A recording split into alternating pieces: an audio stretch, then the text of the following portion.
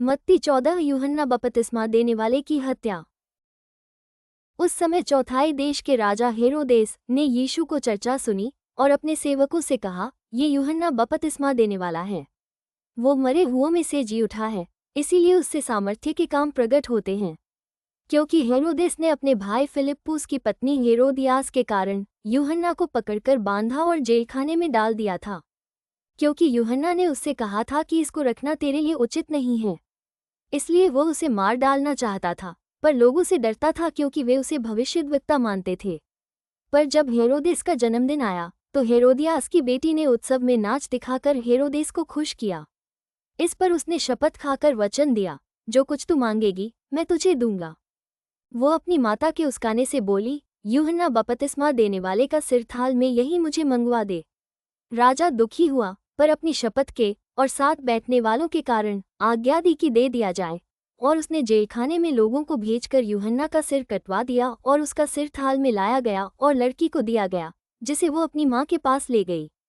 तब यूहन्ना के चेले आए और उसके शव को ले जाकर गाड़ दिया और जाकर यीशु को समाचार दिया।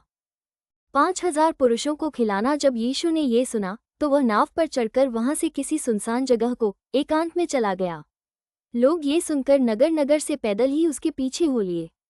उसने निकलकर एक बड़ी भीड़ देखी और उन पर तरस खाया और उनके बीमारों को चंगा किया। जब सांझ हुई तो उसके चेलों ने उसके पास आकर कहा, ये सुनसान जगह है और देर हो रही है, लोगों को विदा किया जाए कि वे बस्तियों में जाकर अपने लिए भोजन मोल लें।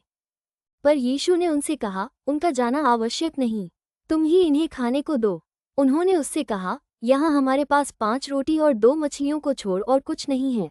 उसने कहा, उनको यहाँ मेरे पास ले आओ। तब उसने लोगों को घास पर बैठने को कहा और उन 5 रोटियों और 2 मछलियों को लिया और स्वर्ग की ओर देखकर धन्यवाद किया और रोटियां तोड़ तोड़कर चेलों को दी और चेलों ने लोगों को।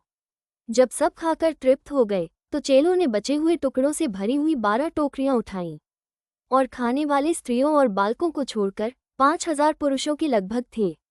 यीशु का पानी पर चलना। तब उसने तुरंत अपने चेलों को नाव पर चढ़ने के लिए विवश किया कि वे उससे पहले पार चले जाएं, जब तक वो लोगों को विदा करे।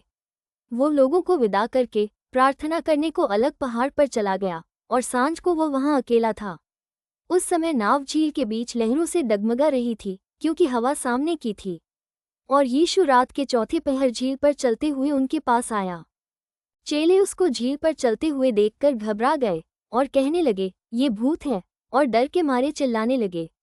तब यीशु ने तुरंत उनसे बातें की और कहा, ढाढ़स बांधो, मैं हूँ, डरो मत। पतरस ने उसको उत्तर दिया, हे प्रभु, यदि तू ही है तो मुझे अपने पास पानी पर चलकर आने की आज्ञा दे। उसने कहा, आ। तब पतरस नाव पर से उतरकर यीशु के पास जाने को पानी पर चलने लगा, पर हवा को देखकर डर गया और जब डूबने लगा तो चिल्लाकर कहा, हे प्रभु, मुझे बचा। यीशु ने तुरंत हाथ बढ़ाकर उसे थाम लिया और उससे कहा, हे अल्पविश्वासी, तूने क्यों संदेह किया। जब वे नाव पर चढ़ गए तो हवा थम गई। इस पर उन्होंने जो नाव पर थे उसे दंडवत करके कहा, सचमुच तू परमेश्वर का पुत्र है।